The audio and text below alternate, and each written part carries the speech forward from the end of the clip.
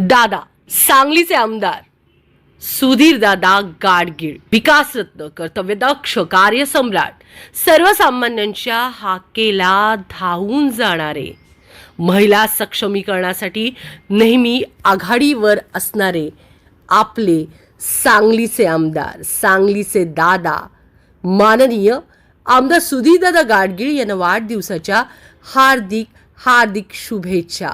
शुभेच्छुक messrs Purushottam Narayan Gadgil, सराफ आणि झवेरी.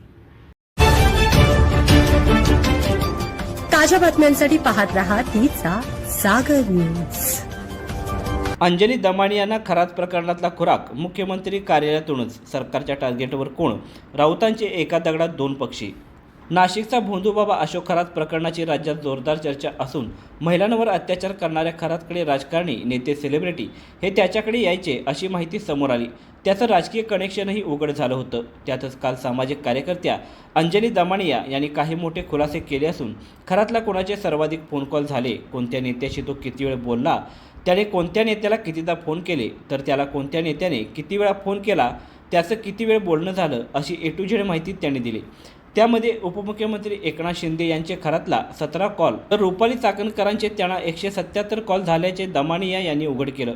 मात्र यावरूनच आता शिवसेना ठाकरे गटाचे नेते खासदार संजय राऊत यांनी एक सूचक विधान केलं आहे. मुख्यमंत्री कार्यालयातूनच त्यांना ही माहिती दिली जाते असा दावा त्यांनी माध्यमांशी बोलताना केला. अंजली दमानिया या सामाजिक कार्यकर्त्या आहेत, रॉच्या प्रमुख नाहीत किंवा महाराष्ट्राचं जे इंटेलिजन्स डिपार्टमेंट आहे त्याच्या प्रमुख आहेत का?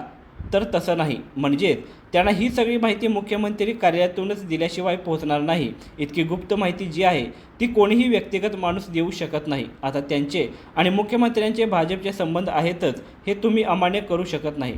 त्यामुळे तरीही त्यांच्या माध्यमातून सरकार जर ही माहिती बाहेर काढत असेल तर याचा अर्थ असा की सरकारच्या टार्गेटवर कोणीतरी आहे असा दावा राऊत यांनी केला. म्हणजेच देवेंद्र फडणवीस यांनी एक निशाणा धरला आहे.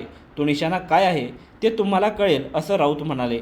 पण मग त्यांच्या टार्गेटवर स्वकीय आणि मित्रपक्षी आहेत का असा सवाल राऊतांना विचारण्यात आला. जेव्हा बाह्य शक्तींकडून धक्कादायक माहिती बाहेर काढली जाते तेव्हा स्वकीय जास्त टार्गेटवर असतात.